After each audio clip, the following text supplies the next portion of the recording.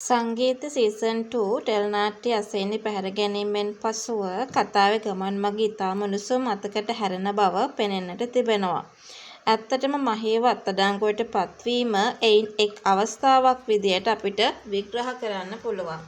අසේනි පැහැර ගැනීම සහ මහී මුහුණ දෙන අභියෝග. අසේනි පැහැර ගැනීමට ලක්වීමත් සමගම මුළු කතාවම දෝෂාරෝපණය මහී දෙසට එල්ලවීම වළක්වා ගත නොහැකියි.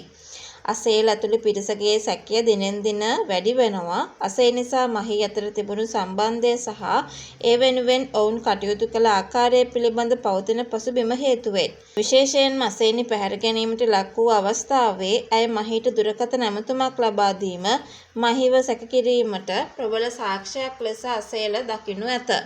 මෙම තත්ත්වය මත මහීව පොලිස් අත්අඩංගුවට පත්වීමට හෝ නීතියේ රැහැන්ට හසුවීමට ඉඩකඩ ඉතා වැඩි. අසේලගේ තදබල සැකය සහ ඔහු මහීට එල්ල කරන චෝදනා නිසා මහීට තමන්ගේ නිවැරදිභාවය ඔප්පු කිරීමට සිදුවන්නේ ඉතා අපහසු අරගලයක් මැදයි. සැබෑ වැරදිකරුවන් වන කල්පන්ලා වැනි පිරිස් තමන්ගේ කුමන්ත්‍රණය සාර්ථක කර ගනිමින් සැඟවී සිටින අතරතුර මහී මෙලෙස නීතිය ඉදිරියට පැමිණීම කුමන්ත්‍රණකරුවන්ගේ ප්‍රධානම ඉලක්කයද වනු ඇති බව නිසැකයි.